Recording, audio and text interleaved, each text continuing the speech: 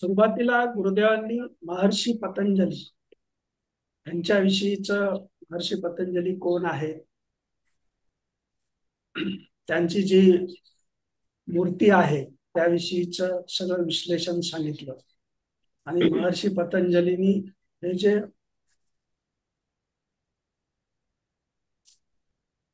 आपल्याला जे योग सूत्र सांगितलेले आहे, त्याची सुरुवात काय सांगितली, अथ योगानुशासन, हे पहिलं सूत्र आहे महर्षी पतंजली योग सूत्रांमधलं. तर अथ म्हणजे काय, आत्ता, या क्षणी, थोड्या वेळानं किंवा आधी, नंतर, बघूत, ते अथ नाही आणि तो योग नाही. तर योग कोणता आहे, अथ, आत्ता, या क्षणी जे आपण करतो ते काय आहे, योग आहे. आणि अनुशासन, अनुशासन काय आहे, शासन म्हणजे इतरांनी आपल्यावर लादलेले नियम, जे शासन. आणि अनुशासन म्हणजे आपण स्वतःच्या ह्याच्यानं स्वतःवर जे आपण नियम लावतो त्याला आपण अनुशासन. तर योग जर आपल्याला आपल्या जीवनामध्ये उतरवायचा असेल तर सगळ्यात पहिलं काम काय आहे, म्हणजे अनुशासन. अनुशासनाशिवाय योग होणे शक्य. त्यासाठी आपण संकल्प करूया की आपल्याला हे अनुशासन आपल्याला पाळायचं आहे. आता अनुशासन हे सुरुवातीला आनंददायी नसतं, ते थोडस कष्टकारक असतं. आणि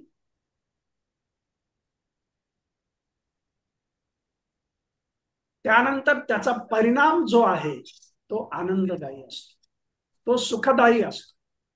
म्हणून अनुशासन पाळायचं आणि त्यासाठी योग करायचे. योग म्हणजे सुरुवातीला काही ना काही कष्ट घ्यावे लागतील, थोडस त्यासाठी आपल्याला काही गोष्टींचा त्याग करावा लागेल, तरच योग होतो, अन्यथा योग होत नाही. ही पहिली गोष्ट आपण पक्की गुरुदेवांनी सांगितलेली लक्षात ठेवायची. आणि त्यानंतर मग योग का करायचा, कशासाठी योग करायचा, हे सगळं सांगितलं. पण योग का, तर योगामुळं आपल्या जीवनातला दुःख नाश, जे काय दुःख आपल्याला होतंय ते दुःख नाश होणं हे योगाचं मुख्य आहे. आणि एवढंच महर्षी पतंजलीने सांगितलं नाही, तर पुढे येणार, भविष्यामध्ये येणारं जे दुःख आहे ते रोखण्याचे सुद्धा कार्य योगाद्वारे होतं. आपण योग केल्यानंतर आहे ते दुःख नाहीसं होतंय आणि पुढे येणारं दुःख आहे ते येत नाही. हा त्याचा महत्वाचा उद्देश आहे. त्यासाठी योग करावा असं महर्षी पतंजलींनी सांगितलं. नाही तर एवढं कठीण, एवढं कष्टदायक करून जर समजा त्याचं फल विशेष नसेल, त्याचा काय उपयोग आहे की नाही. तर त्यासाठी हे आपल्याला गुरुदेवांनी सांगितलेलं आहे, अनुशासन. आणि मग आपण जीवनामध्ये दुःखी का होतो ह्याचं पण कारण सांगितलं. तर का दुःखी होतो आपण, तर आपलं मन जे आहे दृश्यामध्ये अडकून, आणि दृश्यामध्ये जेव्हा अडकून पडतंय त्यावेळेस आपल्या जीवनामध्ये दुःखच वाटत. पण जेव्हा आपण दृष्टामध्ये स्थित होतंय, आपलं मन दृष्टामध्ये स्थित होतंय, तर त्यावेळेस काय होतंय, दुःख नाश. दुःख नाश जर करायचा असेल जीवनामध्ये तर कुठे गेलं पाहिजे, दृश्यामध्ये, दृष्टामध्ये गेलं पाहिजे. दृश्यातून दृष्टातला प्रवास.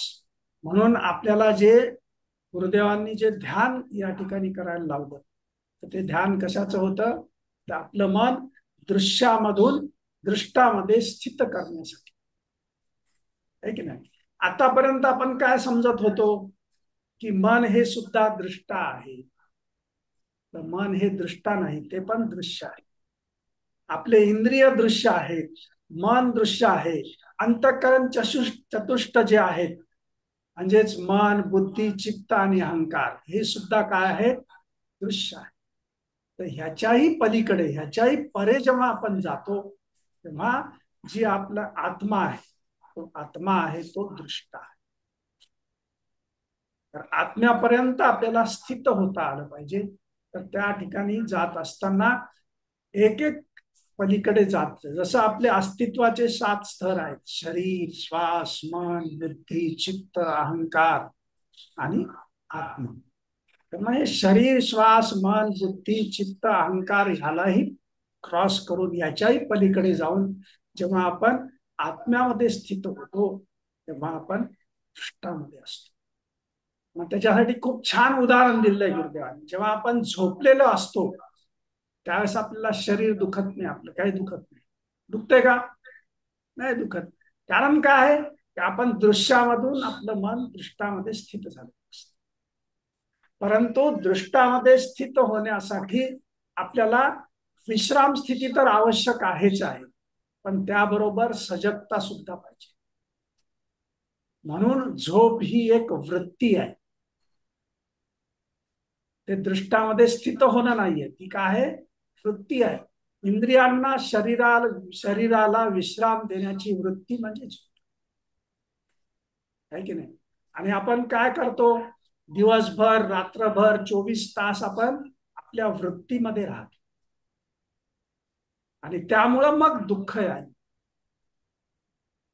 तर ह्याच्याही पलीकडे आपण काहीतरी आहोत, ही गोष्ट जेव्हा आपल्याला अनुभूतीमध्ये यायला लागते, आणि तिकडे आपण जेव्हा जायला लागतो, तर त्यावेळेस योग होतो. तोपर्यंत योग नाही, आहे की नाही? मग आता आपण जे जे काही करतो, त्यासाठी सुदर्शन क्रिया करतो, पद्मसाधना करतो, मेडिटेशन करतो, हे कशासाठी करतो? दृष्टामध्ये आपलं मन स्थित झालं, त्या ठिकाणी स्थिर झालं पाहिजे. आपण जात नाही अशातली बाब नाही, पण तिथे स्थिर होत नाही, हे नाही. कारण आपण बघितलेलं आहे, मनाचा स्वभाव चंचल आहे. तर ते इकडे जाते, पुन्हा इकडे येते. इकडे आलं की दुःख घेते, तिकडे आलं की दुःख नाश. तर मग आपल्या जीवनातला दुःख नाश व्हायचा असेल, तर वारंवार आपल्याला आपल्या आत्म्यामध्ये स्थित व्हावं, आणि त्यासाठी हा योग. जसं आपण कुठलं कार्य करतो, किंवा कुठल्या आपण एखाद्या पोस्टवर आहे, कुठल्या ह्याच्यावर आहे, कोणी डॉक्टर आहे, कोणी इंजिनियर आहे. तर हे डॉक्टर, इंजिनियर जर आपण सतत स्वतः सोबत घेऊन फिरलो, तर आपण दुःखी होतो.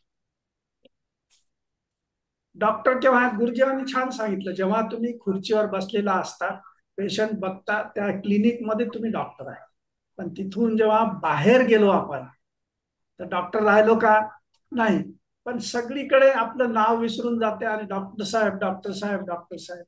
आणि आपल्याला वाटायला लागते आपण काहीतरी ग्रेट आहोत, आणि त्या ग्रेट मध्येच आपण सगळं दुःख भोगत जीवनभर तशीच राहतो. तर त्याच्यातून बाहेर आलं पाहिजे, आणि कुठे? दृष्टामध्ये स्थित झालं. तर आजच्या दिवसामध्ये गुरुदेवांनी हे त्याला सांगितलेलं आहे. तर त्याचा आपण पूर्णपणे त्याला आत्मसात करण्यासाठी आपण आज रात्री हे जे काय गुरुदेवांनी सांगितलेलं आहे, तर त्याचं थोडस मनन करायचं, म्हणजे मग आपल्याला पुढे जाता येईल. ऐकलं होतं, पण इंग्लिश मध्ये आम्हाला काही कळालं नव्हतं.